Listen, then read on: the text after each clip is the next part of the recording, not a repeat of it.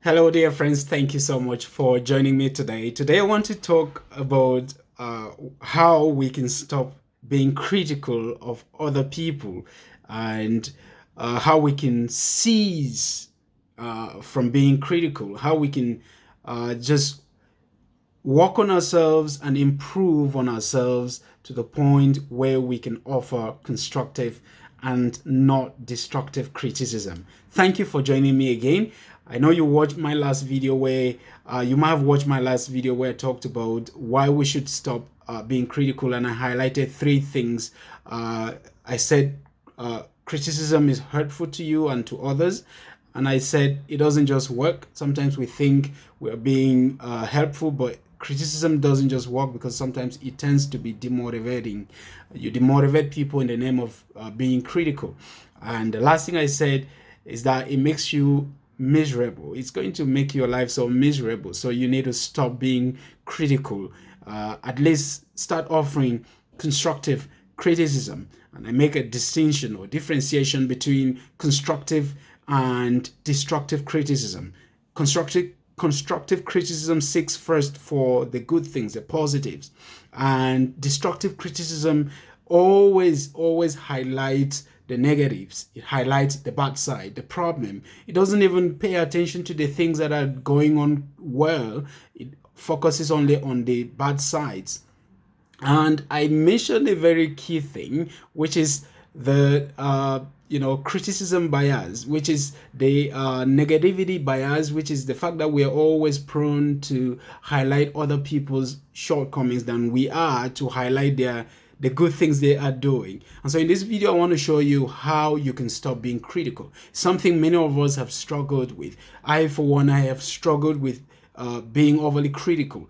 I had, I have managed teams before, and sometimes when I step back and I do a kind of self examination, a kind of self assessment, I realize that I've been sometimes overly critical. I have been destructive in my criticism, and it's helped me a lot to work to become better in dealing with teams. And so if you're wondering how you can stop being critical and how you can become that person who is not going to alienate people from you, who's going to draw people, become a force to reckon with when it comes to building relationships and running teams and becoming a very formidable leader, here are ways you can stop criticism in your life. The first thing is that you need to be realistic. If you're routinely disappointed by someone's behavior, it's best to adjust your expectations. Sometimes we set the bar so high to the point that we become so discouraged when we become so discouraged when people don't measure up to that expectation, right? So I want to encourage you, don't set the expectations too high. Be very modest in your expectations. People are always going to fall short of what you expect them to be or what you expect them to do. So be mindful of this and know that people have weaknesses. People are working every day to become a better version of themselves. And so don't set your expectations so high, because you become very disappointed. And what that does is that it causes you to become critical instead of encouraging someone to step up and work even harder to become better. And so don't be realistic in your expectations is the first thing. You have to be realistic. You can't make maybe your coworker do the things that you want them to do. At least, you can't make them do the things that you expect them to do to the point where they do it exactly how you would have done it. It's not going to work like that. So be realistic in your expectations. And the second thing I want to talk about is that you need to look for the positives. Focus on the good things that people do. Focus on the good things that someone is doing. Don't always focus on the bad things. Don't always focus on the negatives. So go out of your way to look for people doing the right thing. If you are used to people who are doing the wrong things, you can just determine that you're going to look for someone doing the right thing and start encouraging them. That's how you can fight criticism in your life. Or if you know of a coworker or a friend whom you've been criticizing all along the way, in your friendship or in your work relationship, I want to encourage you to step back a little bit and start to seek the things that they're doing correctly, and encourage them on those points, on those things, rather than always being critical. So look for the positives. It's not easy, my friends. It's not always going to be easy to identify the good things that someone is doing when the bad thing they are doing is so glaringly clear in our eyes. We can see it. Everyone else can see it, or at least we expect everyone else to see that they're doing the wrong thing. So it becomes difficult to identify the positives in their lives. But if you seek to identify, it means you can step back, uh, in your quiet time, and just examine this person. Put aside the negatives and just focus on the positives. You would always see something positive to encourage them about, or something you can tell them you're doing well on this, well done on what you're doing in this aspect or in this area. If you do this, you're going to effectively deal with criticism in your own life. And so we've talked about being realistic, looking for positives. And the third thing I want to talk about is that you don't take a person's behavior personally. And this is a very key point here, because whether we like it or not, we're always going to take the things people do or the way people behave personally. It's not helpful at all in our relationships. Just because someone laughs in a way, or they're so loud in the way they talk on the phone around others, don't take it personally. Okay? Don't take it personally. It's a problem, yes, we agree. If someone is so noisy, if someone is pompous, if someone is proud, don't take it personally. If someone is not good at what they do, don't take it personally. It's a problem they have, and it's a problem you don't know if they're working on making themselves better on that or not. So don't take it personally. The best you can do is to encourage them.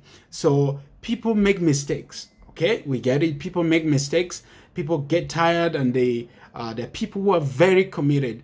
I mean, I could say they are overly committed. They do so many things to the point where they make mistakes in other aspects or in other things they do. So don't take it personally. Don't take it. Don't make it a problem between you and that person. Okay, because we agree it's a problem, and there are many reasons for your friends or family members' behavior to go wrong. And so we have to know that people are dealing with so many things at one point in their lives. They're going through stresses in life, they're going through life battles and challenges. So don't take that behavior personally. If you can just sometimes just ignore certain things and not take it personally, you would be fighting that attitude or that behavior of being overly critical. You would be effectively dealing with that in your life, and knowing that when you try to assume the best about someone's choices instead of the worst, you are going to become effective in your relationships. So we've talked about these first three reasons. The fourth thing, or the fourth way of how we can stop criticism in our lives, is that we need to consider whether you need to say something at all. Sometimes we say things before we realize that we've said them. Sometimes we say things before we even think them. You offer criticism before you realize that you didn't even encourage someone on the thing they're doing correctly. So sometimes when you see something going on wrong, step back a little bit and ask yourself, do I have to say something? And in most cases, if you had asked yourself this question, you would have realized that you needed not say anything at all. You needed just to stay quiet and not say anything, because in that situation it wasn't worth saying anything. And so sometimes we just say things and we become critical in this way, in that we don't think before we speak. We don't think about the effect of our words, of our actions, before we even say those words or perform those actions. So consider whether you need to say something at all. So sometimes staying silent rather than criticizing might even be the best option. You teach someone when you stay silent in some cases. And so the other reason, or the other way in which you can stop being critical, is ask directly and respectfully for what you want. So if you want something, ask directly, be upfront, ask for it. Don't go around criticizing your boss for not giving you a pay raise when you haven't even approached him and asked for it.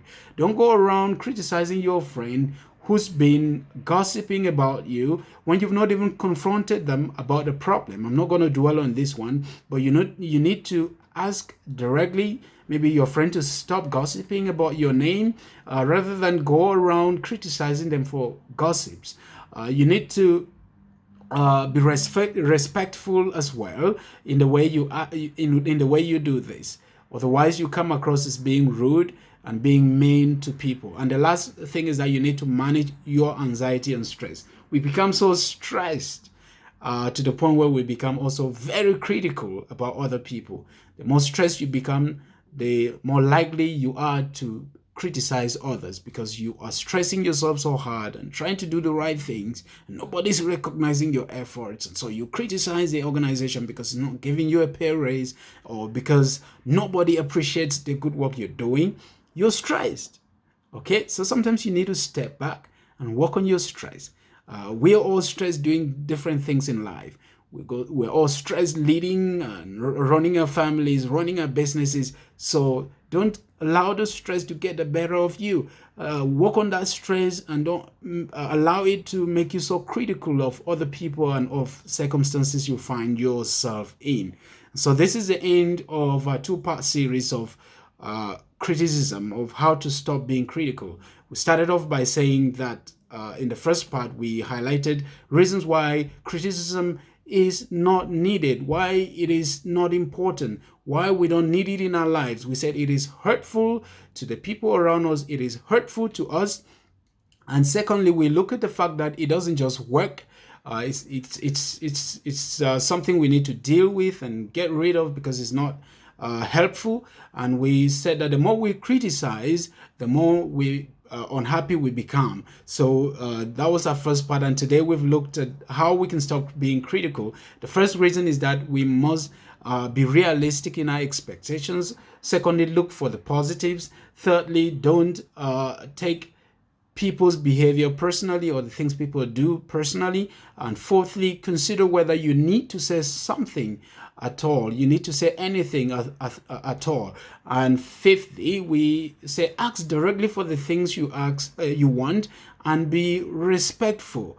And the last thing we looked at is that you need to manage your own anxiety and stress. So thank you for being fervent in listening and watching this two-part series, and I hope you can become a better person by stopping criticism and by getting rid of criticism in your own life. May you be blessed.